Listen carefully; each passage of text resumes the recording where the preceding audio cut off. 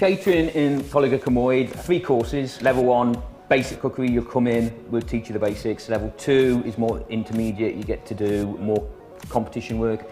Level 3 is mostly cooking downstairs for the restaurant. It kind of gets them used to the world of work. Effectively, we're training them and teaching them not just to cook, we give them life skills to actually go out, and we educate them in the job that they want to do. We try to make it as close to the environment that they want to go into as possible.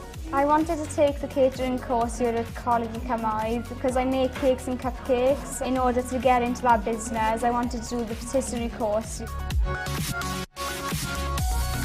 Coleg y Cymoedd doesn't just provide a college course, it provides a lot of outside activities including Cheltenham Gold Cup, which we've recently just come back from, and the culinary competitions that I received 2 bronze and 1 silver from.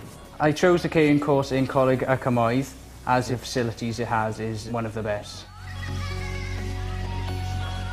We do enjoy eating out, so I saw it on TripAdvisor. It's been really great. We've enjoyed it. The food is really, really good.